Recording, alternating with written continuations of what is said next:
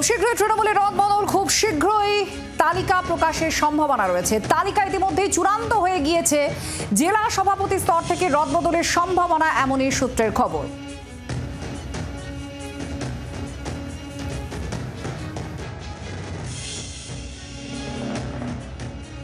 তৃণমূল সূত্রে যেটা জানা যাচ্ছে যে কোনো দিন আর কয়েকদিনের মধ্যেই কিন্তু এই রদবদলের তালিকা প্রকাশ হতে পারে দলের তরফে। সেক্ষেত্রে দাঁড়িয়ে বেশ কিছু জেলার সভাপতির নাম রয়েছে যাদেরকে বদল করে নতুন মুখ আনা হতে পারে, এবং বেশ কিছু পুরসভা চেয়ারম্যান, ভাইস চেয়ারম্যান, কাউন্সিলর, সেক্ষেত্রেও রদবদলে যারা সাংগঠনিক পদে রয়েছেন সেখানে রদবদলে কিন্তু একটা সম্ভাবনা রয়েছে, এবং পুরোটাই যে পারফরমেন্সের ভিত্তিতে হবে, বিশেষ করে লোকসভা নির্বাচনের পারফরমেন্সের ভিত্তিতে এটা হবে, এই কথা কিন্তু প্রকাশ্যেই বলেছেন অভিষেক বন্দ্যোপাধ্যায়, থেকে বারবার বলতে শোনা গেছে। 26শে বিধানসভা নির্বাচনের আগে রদবদল ঘটিয়ে, দলে রদবদল ঘটিয়ে সংগঠনকে মজবুত করে বিধানসভা নির্বাচনে ঝাঁপানোই হচ্ছে তৃণমূল কংগ্রেসের এখন অন্যতম প্রধান লক্ষ্য।